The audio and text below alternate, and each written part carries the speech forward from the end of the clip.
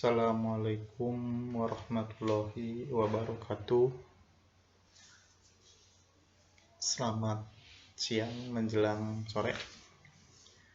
Baik, untuk hari ini saya akan menjelaskan tentang pendahuluan mata kuliah teori ekonomi makro ya, untuk mendasari pembahasan bab-bab berikutnya.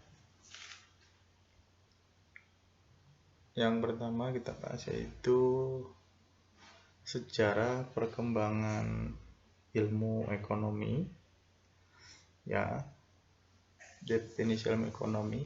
Mungkin untuk definisi ilmu ekonomi udah dijelaskan pada mata kuliah pengantar ilmu ekonomi ya di semester sebelumnya. Mungkin mengingat kembali ya, untuk definisi ilmu ekonomi yang pertama yaitu ilmu tentang bagaimana manusia memenuhi kebutuhan. Jadi bagaimana caranya ya manusia itu memenuhi kebutuhan, baik itu kebutuhan primer ya, kebutuhan sekunder, bahkan kebutuhan tersier ya. Itu kebutuhan dari segi papan, sandang, dan pangan ya. Jadi itu ya bagaimana manusia untuk memenuhi itu.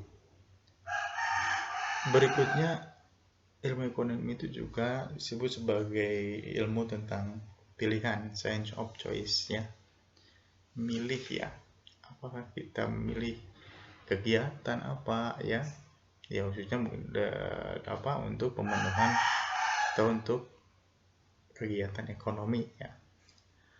Yang ketiga, ilmu tentang ilmu ekonomi itu ilmu tentang pengalokasian sumber daya yang terbatas. Jadi sumber daya yang terbatas dialokasikan ya kepada untuk pemenuhan, bisa untuk pemenuhan kebutuhan ya, atau untuk kegiatan ekonomi dialokasikan sumber daya yang terbatas yang ada yang dimiliki ya. Itu. Karena di sini juga sumber daya juga ada yang bisa diperbaharui, ada yang sumber daya yang tidak bisa diperbaharui. Berikutnya ada dasar pemikiran menurut klasik dan Keynes ya. Ini ada perbedaannya. Kalau pada pemikiran klasik itu ya, kegiatan ekonomi itu tidak ada campur tangan pemerintah ya dalam kegiatan perekonomian. Lalu Keynes dalam kegiatan ekonomi itu perlu ya adanya campur tangan pemerintah. Kegiatan pemerintah pada pemikiran klasik itu hanya dibatasi ya, ada pertahanan dan keamanan, terus ada hukum dan peradilan, dan ada public goods atau barang publik ya. Barang publik itu barang umum ya, barang yang tersedia ya, atau yang disediakan di pemerintah, tersedia secara alami, bisa sinar matahari seperti itu ya, oksigen, atau yang disediakan oleh pemerintah ya, misal ada jembatan ya, terus ada mercusuar seperti itu ya, untuk aktivitas yang dilakukan untuk aktivitas perekonomian ya, jembatan, jalan, sebagainya. Oke. Seperti itu. Berikutnya ada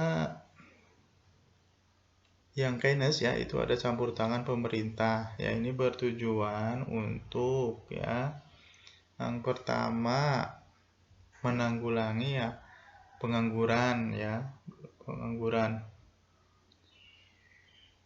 Jadi di sini pengangguran bisa selalu meningkat dan sebagainya ya, dengan adanya campur tangan pemerintah, mungkin dengan adanya penyediaan tempat pekerjaan ya, pembuka lapangan pekerjaan ya, nanti sedikit untuk mengurangi pengangguran. Atau juga ada pelatihan-pelatihan kewirausahaan untuk melatih para lulusan-lulusan dari sekolah atau perkuliahan untuk bisa mengembangkan usahanya ya. Ini salah satu untuk menanggulangi pengangguran yang sehingga adanya tambahan pemerintah. Yang kedua ada pertumbuhan ekonomi ya secara nasional ya, apakah ada penurunan pertumbuhan atau pertumbuhannya melambat seperti itu ya, ini perlu adanya campur tangan pemerintah. Begitu juga masalah inflasi ya, mungkin seperti itu ya untuk pengangguran inflasi, nanti dibahas khusus di bab berikutnya.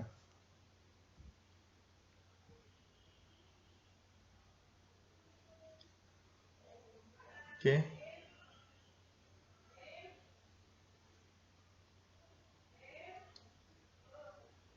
Menggunakan landasan mikroekonomi untuk makroekonomi atau dalam makroekonomi. Di sini mikroekonomi adalah studi bagaimana rumah tangga dan perusahaan itu membuat keputusan dan bagaimana pembuat keputusan ini berinteraksi dalam pasar ya, dalam pasar berinteraksi seperti itu. Berinteraksi menentukan titik keseimbangan ya, ada permintaan, ada penawaran seperti itu. Nah, dalam mikroekonomi ya, individu memilih ya memaksimalkan tingkat kepuasan dengan batasan anggaran. Jadi dengan anggaran yang dimiliki ya, ingin mendapatkan tingkat kepuasan yang maksimal seperti itu ya. Jadi dengan biaya sendiri ya, berbiaya sedikit ya, mungkin mendapatkan atau memilih barang ya yang banyak atau yang sekiranya dapat memberikan kepuasan maksimal. Dan itu juga ya di pasaran dengan mungkin dari produsen atau penjual juga ya memperhitungkan ini apa untung rugi seperti itu. Makroekonomi ya, untuk makroekonomi sendiri ini peristiwa makroekonomi itu muncul dari interaksinya banyak individu yang mencoba memaksimalkan kemakmurannya ya di sini tadi atau kepuasan, karena variabel agregat ini adalah jumlah variabel-variabel yang mendeskripsikan keputusan individu ya. Studi makroekonomi ini didasarkan pada landasan-landasan mikroekonomi. Jadi landasi ya, jadi apa yang dibahas di makroekonomi juga ada ya dilandasi dengan didasarkan pada landasan-landasan dengan mikroekonomi seperti itu. Oke.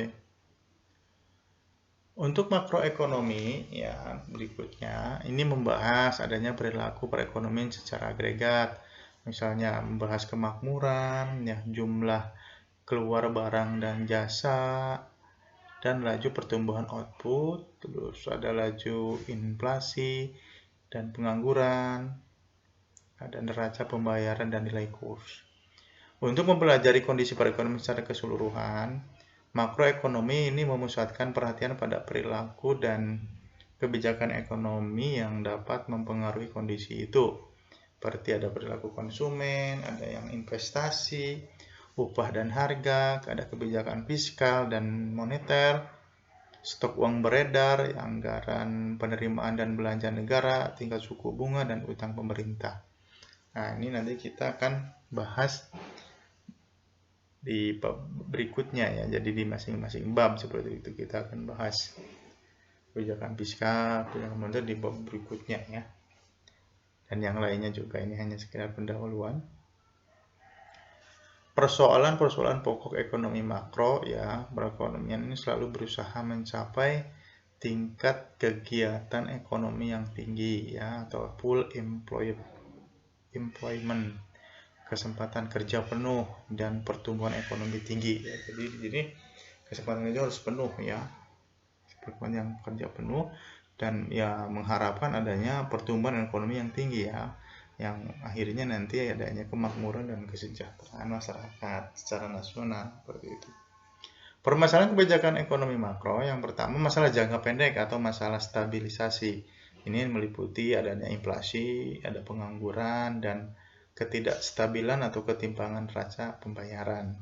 Yang kedua, untuk masalah jangka panjang atau masalah pertumbuhan, ini meliputi ada pertumbuhan penduduk ya, ini jelas mengaruh ya.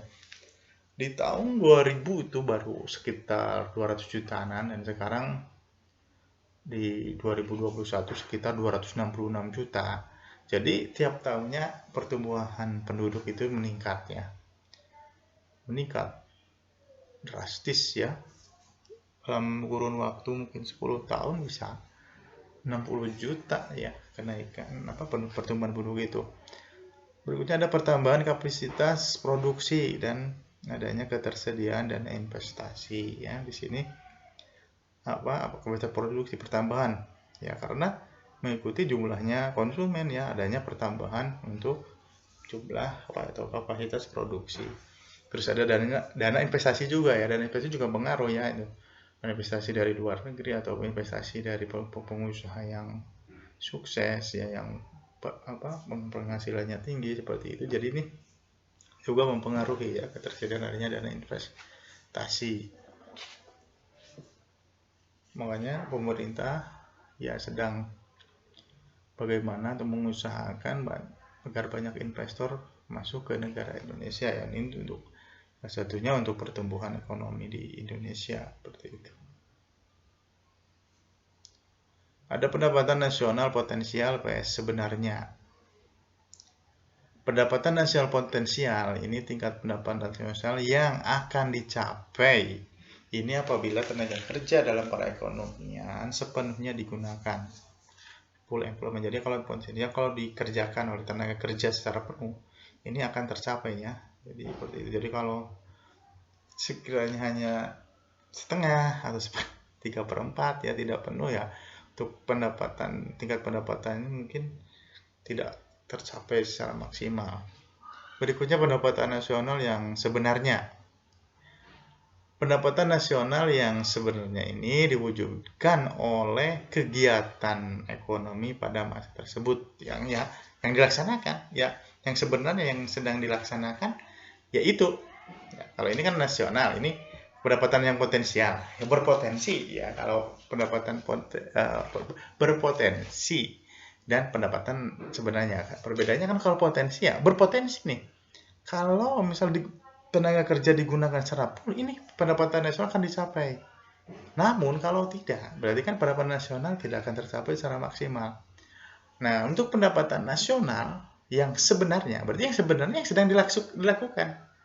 Yang ketika pada masa ini ya, dilakukan pada tahun 2020 misal. Ya ini memang yang dilaksanakan. Apakah itu nanti penuh atau tidak ya tergantung tadi. Apakah tenaga kerjanya itu secara penuh atau tidak. Pendapatan nasional kurang dari pendapatan potensial ini akan jurang atau pemisah pendapatan nasional. Jadi selisih. Jadi kalau kurang ya, kalau sama dengan ya berarti tercapai. Ya kalau ini kan kurang dari potensial ya berarti tidak tercapai ya. Pendapatan nasional yang misal ditargetkan ya secara nasional oleh pemerintah berarti tidak tercapai. Ya, berikutnya ada dipengaruhi oleh konjungtur atau bisnis cycle. Analisis jangka pendek atau kebijakan stabilisasi ya, faktor-faktor yang tidak berubah. Yang pertama, ada kapasitas total perekonomian, jumlah penduduk dan angkatan kerja, terus ada lembaga-lembaga sosial, politik dan ekonomi. Berikutnya ada beberapa kebijakan ekonomi jangka pendek, antara lain menambah jumlah uang beredar, menurunkan bunga kredit bank ya. Ya, menambah jumlah uang beredar pun ya harus mengikuti aturan-aturan yang berlaku ya, tidak sendiri atau tidak seinginnya sendiri, atau ya harus memang ada peraturan ya yang diatur untuk menambah, karena kalau menambah terlalu banyak juga akan terjadi yang tidak baik ya. Yang kedua, menurunkan bunga kredit bank, menetapkan pajak impor ya, menurunkan pajak pendapatan. 5, menambah pengeluaran pemerintah ya, jadi memangkas ya, jadi anggaran-anggaran yang tidak perlu juga dipangkas. Terus mengeluarkan obligasi negara dan sebagainya. Kerangka analisis ekonomi makro ada dua aspek ya. Yang pertama, dua aspek tentang kegiatan perekonomian. Yang pertama, objek perekonomian dan tempat berlangsungnya kegiatan perekonomian. Yang kedua, pelaku ekonomi dalam perekonomian. Berikutnya 4 pasar pada ekonomi makro. Ada pasar barang, ada pasar uang, terus ada pasar tenaga kerja, ada pasar luar negeri. Ini akan dibahas di bab berikutnya. Berikutnya pelaku ekonomi dalam perekonomian, ada rumah tangga, ada perusahaan, ada pemerintah, ada negara-negara lain atau negara luar yang kerjasama dengan negara kita, seperti itu. Oke. Ini ada tabel data perekonomian nasional, ada pasar, ada data statistik, ada perilaku yang dipelajari, sumber data dapat diperoleh di mana ya. Pasar barang, ini data statistiknya bisa ada indeks biaya hidup, ada GDP, GNP, GDP deflator, ya. Terus perilaku yang dipelajari tingkat harga umum, ya, pendapatan nasional. Oke, sumber data itu bisa dari BPS, DPKU, BI, Bappenas. Pasar uang, ya, statistiknya bunga deposito, bunga kredit, bunga di pasar bebas, ya, jumlah uang beredar, jumlah kredit yang disalurkan. Perilaku yang dipelajari ada tingkat bunga umum, volume uang, sumber data Bank Indonesia atau BI. Berikutnya ada pasar tenaga kerja ya, ada indeks upah di berbagai sektor ekonomi, jumlah orang bekerja di berbagai sektor ekonomi, jumlah angkatan kerja, jumlah pengangguran, lapangan kerja berbagai sektor. Terus perilaku yang dipelajari ada tingkat upah rata-rata, ada employment orang yang bekerja atau unemployment pengangguran. Data diperoleh dari BPS, DPKU, Depnakertrans. Ada pasar luar negeri ya, dan neraca perdagangan luar negeri, nilai-nilai ekspor dan impor, dasar nilai tukar, cadangan devisa. Perilaku yang dipelajari ada neraca perdagangan dan neraca pembayaran internasional, dan nilai tukar valuta asing dan cadangan devisa.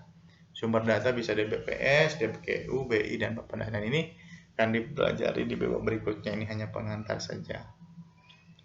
Makroekonomi ini sangat penting ya bagi pembuat kebijakan karena membantu pembuat kebijakan untuk ya yang pertama dapat menentukan apa saja yang dapat dilakukan untuk memecahkan resesi yang dihadapi suatu perekonomian.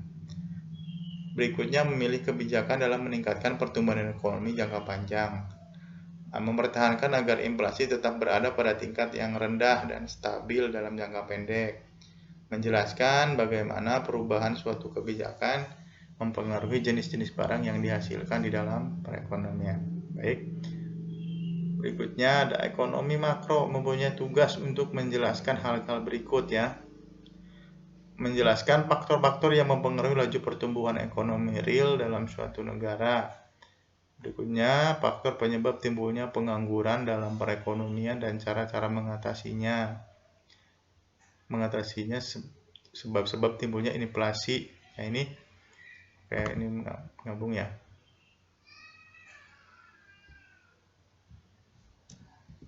Oke, ini faktor penyebab ya timbulnya pengangguran dalam perekonomian dan cara-cara mengatasinya. Sebab timbulnya inflasi dan cara-cara mengatasinya.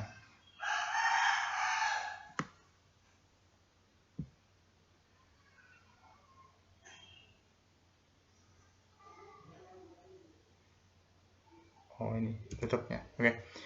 Faktor penyebab naik turunnya tingkat suku bunga di dalam perekonomian, terus faktor yang menyebabkan terjadinya ketidakseimbangan di dalam neraca pembayaran. Berikutnya faktor yang mempengaruhi fluktuasi nilai tukar mata uang dalam negeri ya, terhadap mata uang asing. Oke.